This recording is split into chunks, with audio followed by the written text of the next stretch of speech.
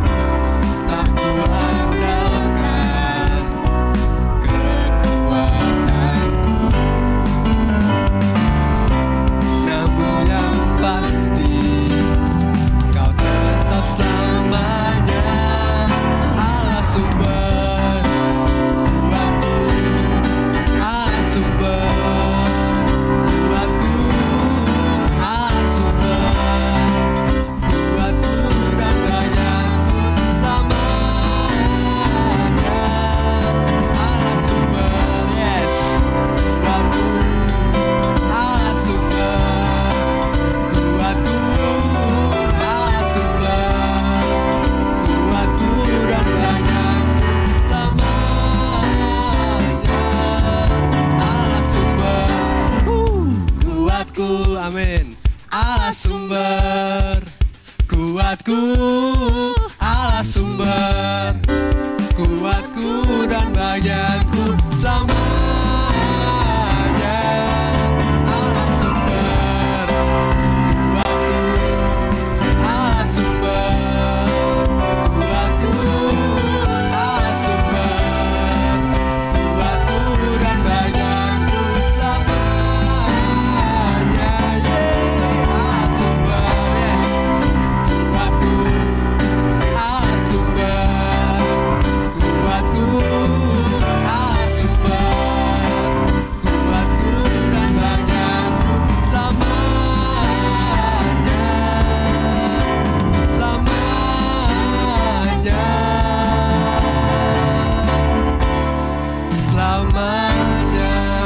Kemuliaan bagi Tuhan. Amin. Allah itu benar-benar sumber kuat kita ya teman-teman. Mari kita melanjutkan pujian ini untuk menerima firman Tuhan, mari kita siapkan hati kita.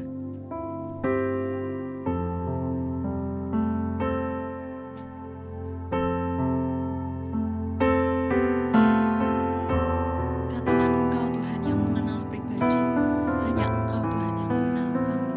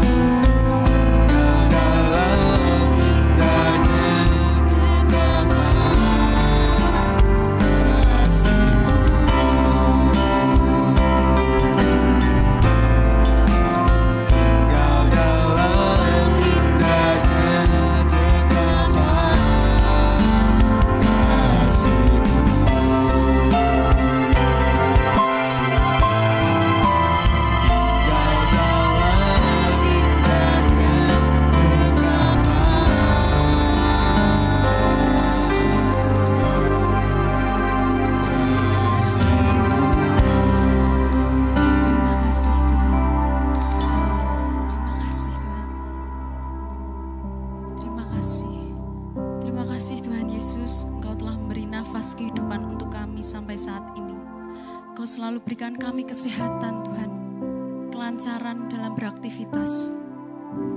Engkau sungguh pribadi yang mengenal kami Tuhan. Ampunilah segala dosa serta kesalahan kami Tuhan, yang mungkin tidak tepat di hadapan-Mu Tuhan Yesus. Ampunilah kami Tuhan. Tuhan, sebentar lagi kami akan mendengarkan firman-Mu. Buka hati kami Tuhan, buka pikiran kami, supaya kami dapat mendengarkan firman-Mu dengan baik Tuhan. Terima kasih Tuhan, terima kasih. Di dalam nama Tuhan Yesus Kristus. Haleluya. Amin. Selamat pagi. Selamat kita kembali bertemu di dalam kasih dan penyertaan Tuhan. Semoga kita semuanya sehat. Sehat rohani dan sehat jasmani. Amin. Puji nama Tuhan. Firman Tuhan pada pagi hari ini judulnya Yesus masuk Yerusalem. Firman Tuhan ini mengisahkan 6 hari sebelum hari Paskah. Temanya yaitu di dalam Mazmur 34 ayat yang kedua, ayat hafalannya yaitu Aku hendak memuji Tuhan pada segala waktu. Puji-pujian kepadanya tetap di dalam mulutku. Sebagai umat ketebusan Tuhan yang diselamatkan oleh Dia. Firman Allah mengajarkan kepada kita untuk selalu memuji nama Tuhan. Untuk selalu bersorak-sorai di dalam Tuhan. Karena Dia adalah juru selamat kita. Amin. Tuhan yang sudah menolong kita, Tuhan yang sudah menyelamatkan kita. Dan kita sebagai anak-anak Tuhan, kita harus selalu memuji, memuliakan nama Tuhan. Firman Tuhan pada pagi hari ini mengisahkan Tuhan Yesus masuk ke Yerusalem. Dan firman ini sudah dinubuatkan di Sakaria 9 ayat yang ke-9. Sakaria 9 ayat 9 demikian bunyinya, bersorak-soraklah dengan nyaring, hai putri Sion. Bersorak-sorailah, hai putri Yerusalem. Lihat, rajamu datang kepadamu. Ia adil dan jaya, ia lemah lembut dan mengendarai seekor keledai beban yang mudah. Amin. Nubuatan ini sudah ditulis lama.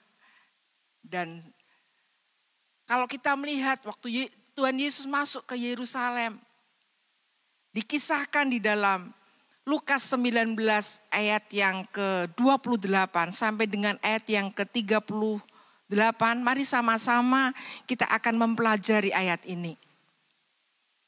Ayat yang ke-28.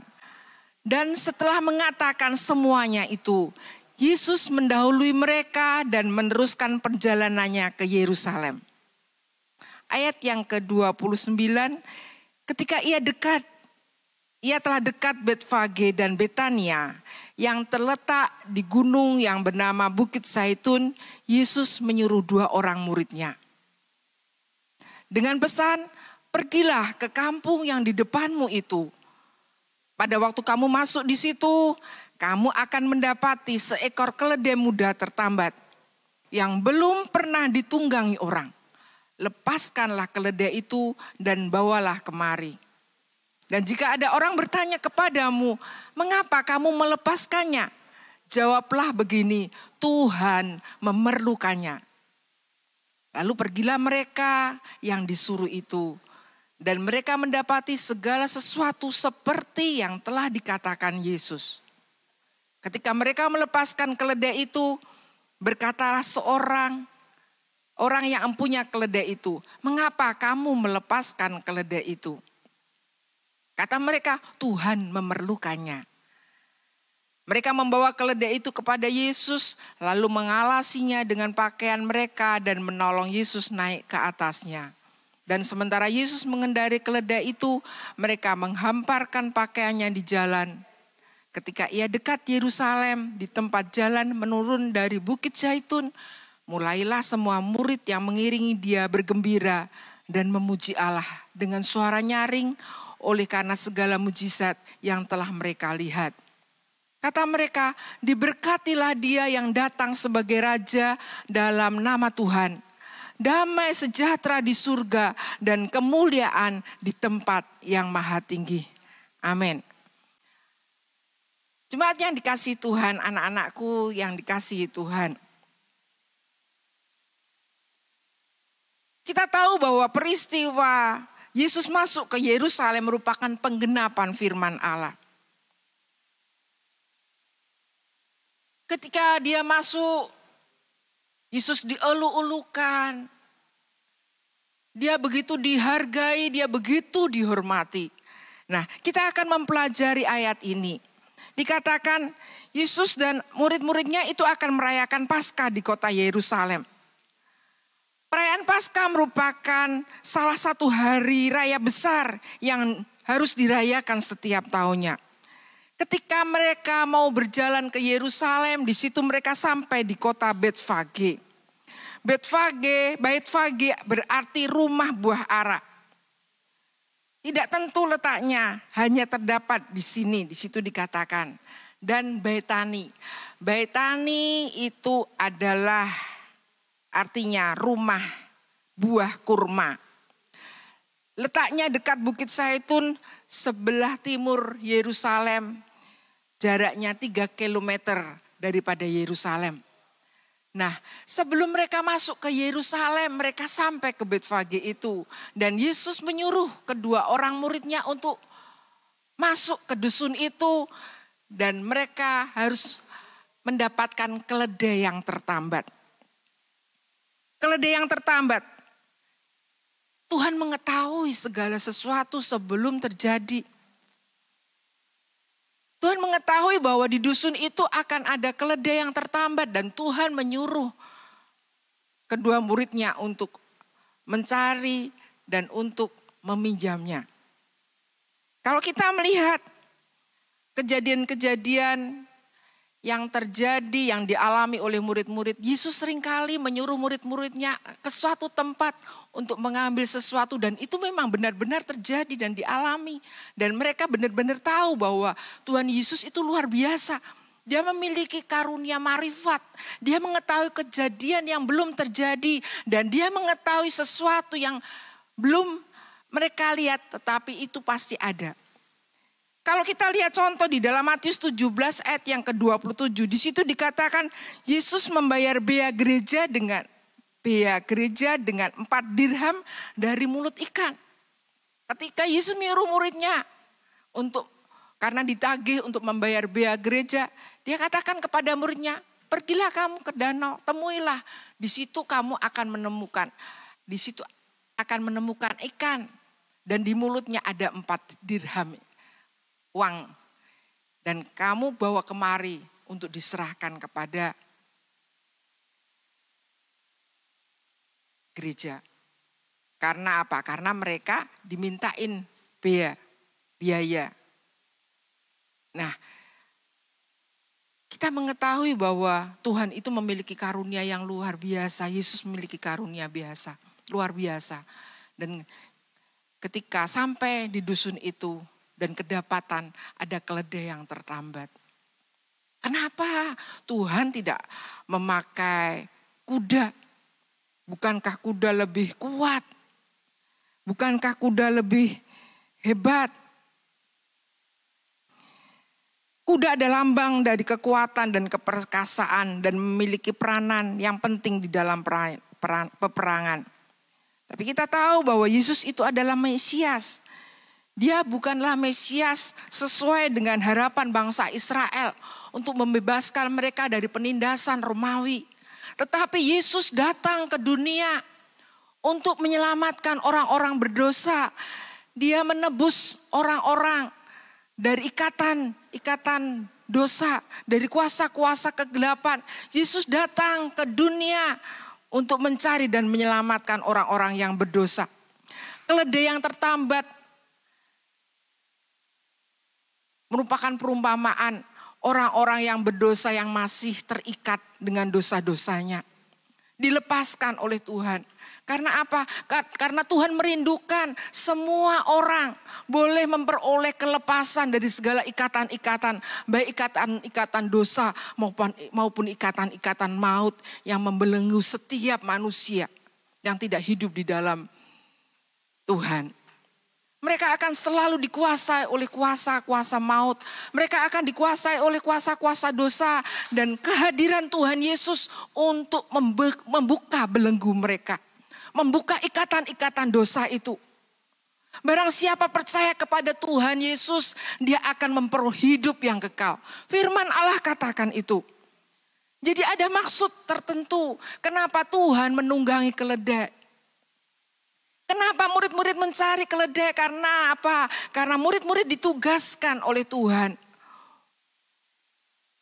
Karena kita semuanya ditugaskan oleh Tuhan untuk mencari jiwa-jiwa yang masih terikat, yang masih terbelenggu dengan dosa. Amin.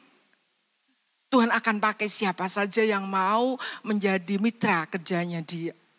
Tuhan akan pakai semua orang yang akan mau dipakai. Supaya apa? Supaya jiwa-jiwa boleh percaya kepada Tuhan. Nah, ketika mereka sudah menemukan keledai itu dikatakan Tuhan Yesus menunggangi keledai itu. Dikatakan murid-muridnya mengalasi dengan baju. Dan Tuhan berjalan ke arah Yerusalem. Kita lihat penyambutan Yesus merupakan penghargaan kepadanya.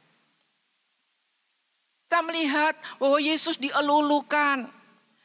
Kehadiran Yesus merupakan magnet buat mereka semuanya. Mereka begitu bersukacita, mereka bersorak-sorai menyambut Yesus ketika Yesus mau masuk ke Yerusalem. Dikatakan di dalam firman Allah, mereka menyambut dengan meriah kedatangan Yesus dengan cara menghamparkan atau menggelar pakaian di jalan yang akan dilewati Yesus. Di dalam Lukas 19 ayat yang ke-36. Mereka melambaikan daun palem dan ranting pohon.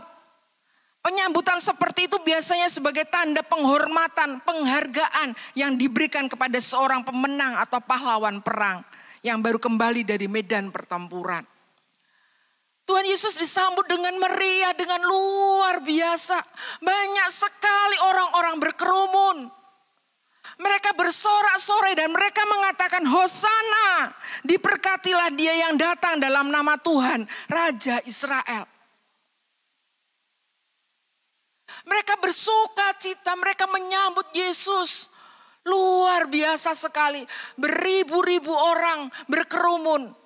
Mereka memuliakan nama Tuhan. Siapa orang banyak yang mengeluh-elukan Yesus? Sebelum kejadian ini Yesus sudah membangkitkan Lazarus. Sebelum kejadian ini Yesus memberi makan 5.000 orang. Sebelum kejadian ini banyak tanda-tanda mujizat yang dilakukan oleh Yesus. Sehingga apa? Orang-orang begitu terpesona dengan Yesus. Mereka semuanya begitu mengagumi Yesus. Oleh sebab itu mereka mengeluh-elukan Dia. Mereka menyambut Yesus, Hosana. Raja yang diberkati di dalam nama Tuhan. Luar biasa sekali. Mereka memuliakan nama Tuhan. Mereka memuji nama Tuhan. Yesus bagaikan magnet bagi dunia ini.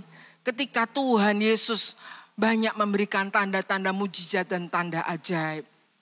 Banyak orang yang terpesona. Banyak orang-orang yang mengeluh-elukan Dia. Dan kejadian itu Yesus begitu dihormati, begitu dihargai. Dan kalau kita mengetahui kejadian sebelumnya, ini adalah 6 hari sebelum perayaan Paskah.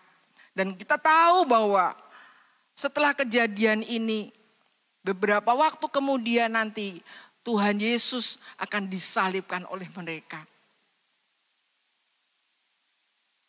Anak-anakku yang dikasihi Tuhan, jemaat yang dikasihi Tuhan. Tuhan memang patut dimuliakan. Tuhan patut untuk dihormati karena apa? Karena Dia adalah juru selamat.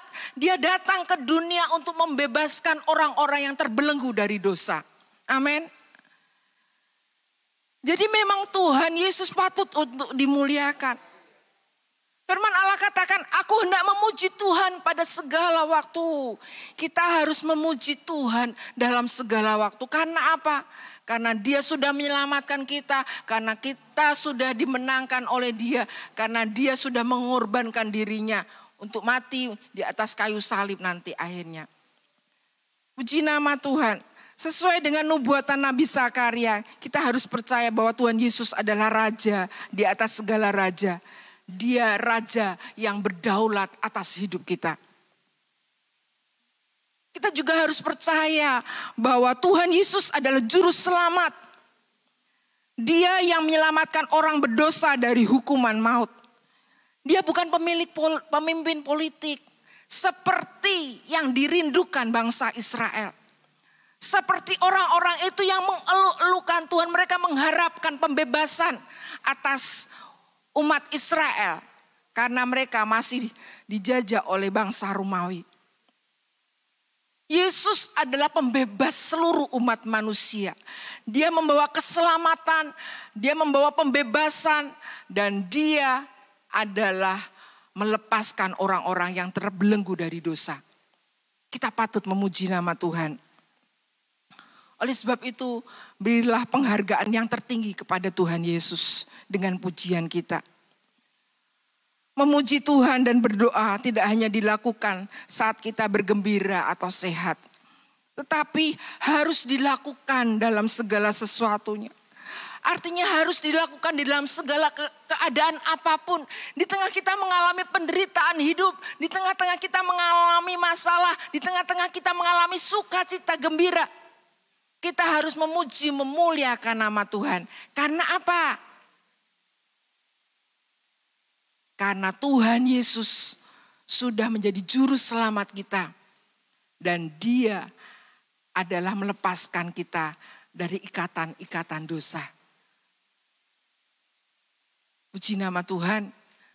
Biarlah firman Tuhan pada pagi hari ini akan kita terapkan di dalam setiap nafas kehidupan kita.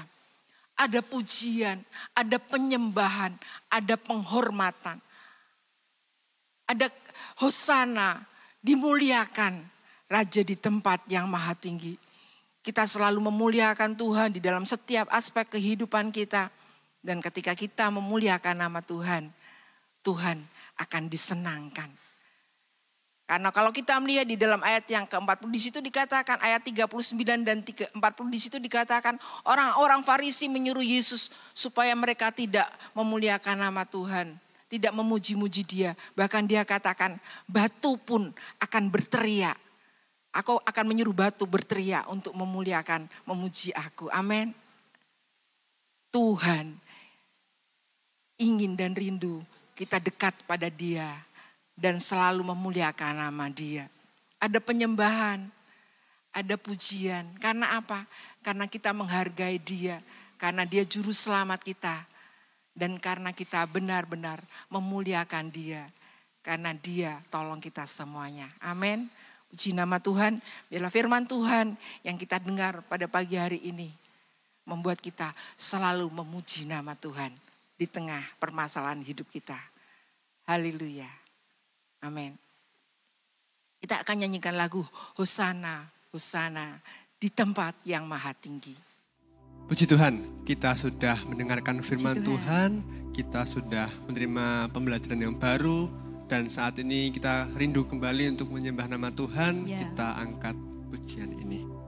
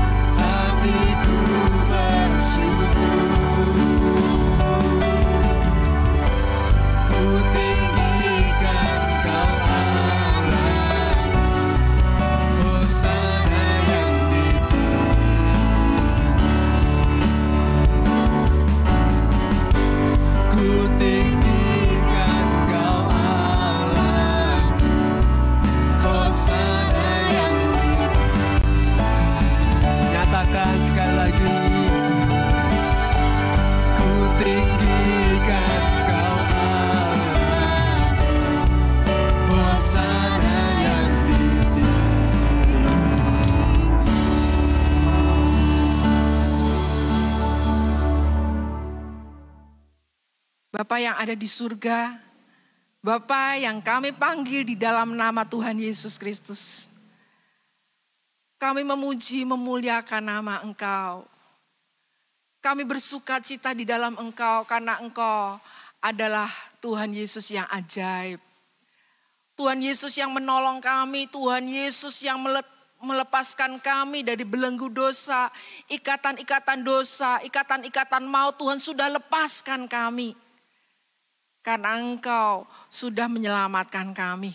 Engkau adalah Raja yang dipermuliakan karena Engkau adalah Allah di atas segala-galanya. Terima kasih Tuhan. Kami mengucap syukur karena kami memiliki Engkau. Dan biarlah hari-hari kami, ketika nafas kami bernafas, kami boleh merasakan nikmat kasih Tuhan yang menyertai kami setiap saat dan setiap waktu. Terima kasih Tuhan. Memberkati anak-anak-Mu, memberkati kami semuanya. Dalam studi kami, masa-masa kami, persiapan kami akan ujian, kami akan ulangan, Tuhan yang akan memberikan hikmat kepada kami. Tuhan Yesus yang akan tolong memberkati kami semuanya. Setiap orang tua kami, di dalam usaha kami, usaha-usaha mereka Tuhan memberkati. Kami berdoa untuk bangsa dan negara ini, mari Tuhan memberkati. Mampukan Bapak pemimpin kami Jokowi beserta dengan jajarannya. Dari tingkat atas sampai tingkat bawah, Tuhan memberkati, memberikan hikmat, memberikan kemampuan, memberikan rasa takut kepada Tuhan. Sehingga mereka boleh melaksanakan tugas kewajibannya sesuai dengan pimpinan dan hikmat yang dari Tuhan. Tuhan yang akan tolong. Tuhan tolong bangsa dan negara ini. Tuhan yang campur tangan. Kami berdoa untuk gereja kami juga. Mari Tuhan memberkati. Kasih karunia-Mu menyertai kami semuanya. Terima kasih Tuhan. Kekuatan, kesehatan akan Tuhan senantiasa berikan atas kami. Biarlah berkat-Mu menyertai kami semuanya. Mulai saat ini sampai Tuhan Yesus datang yang kedua kali. Menjemput kami orang-orang yang setia dan percaya kepada Tuhan. Di dalam nama Tuhan Yesus Kristus kami berdoa dan mengucap syukur. Haleluya. Amin.